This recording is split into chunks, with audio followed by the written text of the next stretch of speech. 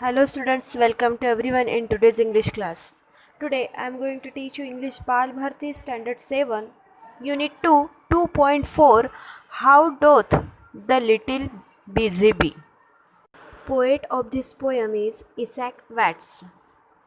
In the poem How Doth the Little Busy Bee, the poet Isaac Watts tells us about the busy bee that makes use of the day to do her work.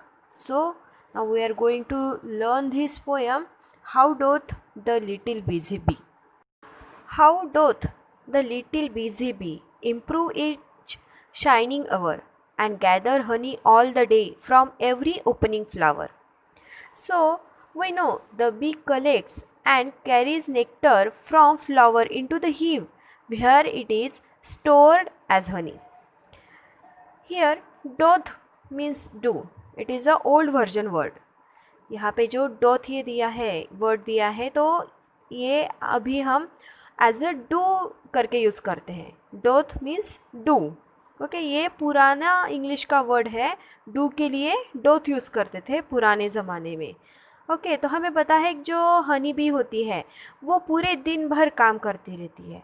वो फूलों में से nectar यानी flower से जो वो food होता है वो निकालती है और अपने हिव में यानी वो मधुमक्खी का जो छत्ता होता है उसमें वो हनी बना के स्टोर करती है ना. उसी वजह से हमें हनी मिलता है. So the bee works consciously and throughout the day.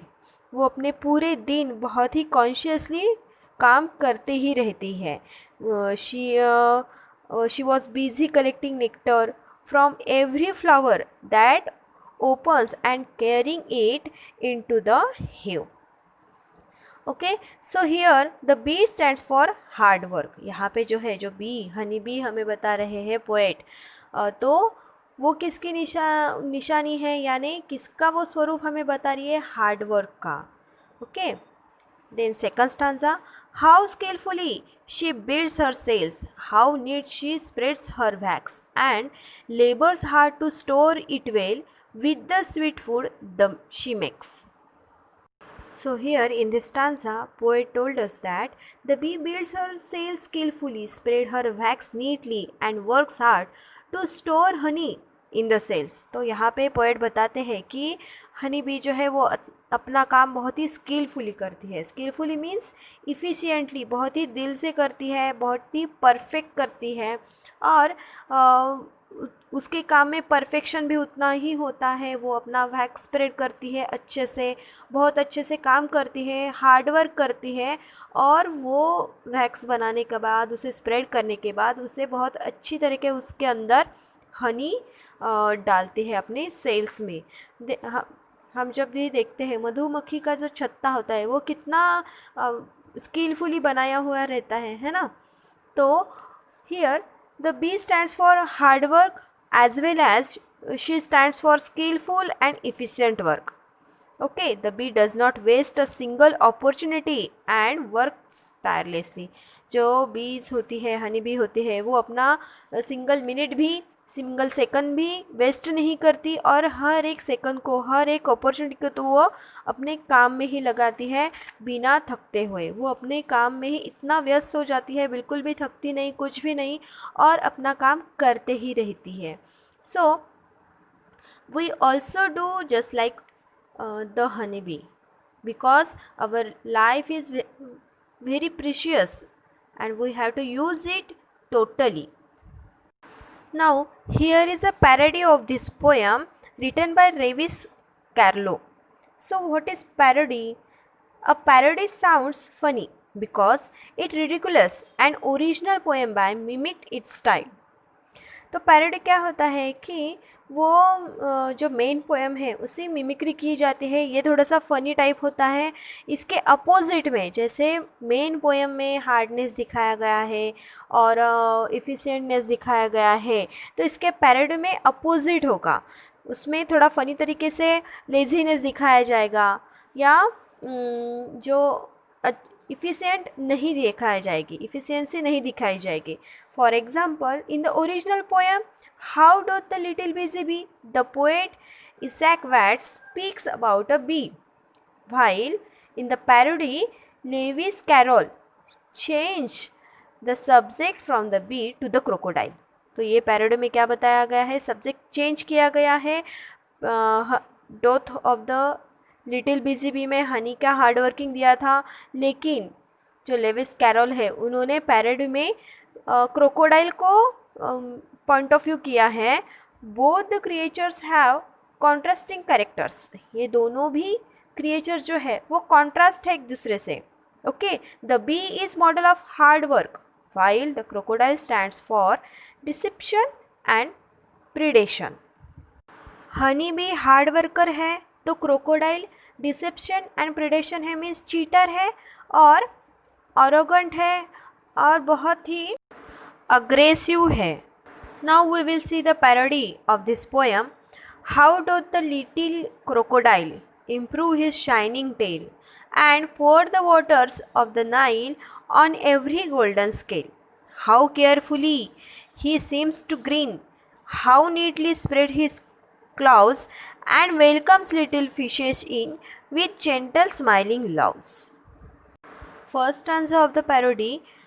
How doth the little crocodile improve his shining tail and pour the waters of the Nile on every golden scale. So, the crocodile stands for laziness and deceptive behavior. It shows to be gentle, like pouring water on its tail. देखा जाए तो crocodile जो है वो बहुत ही lazy होता है, deceptive होता है, चीटर होता है, लेकिन हमें ऐसे दिखता है कि वो बहुत ही जेंटल है.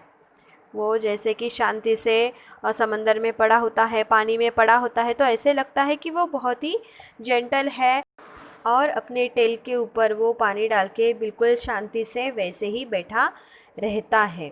How carefully he seems to grin, how neatly spread his clothes and welcomes little fishes in with gentle smiling jaws.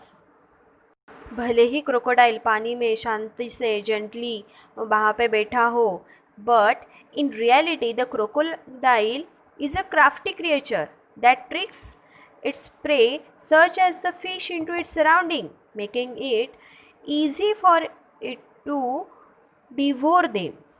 The crocodile works to catch its prey.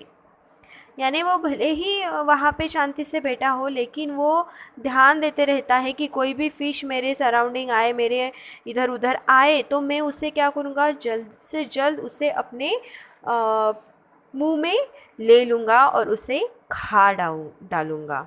Okay, so this is the parody of this poem, and the center idea of this poem is, the original poem is that we need to be the like honeybee, making the best use of our time.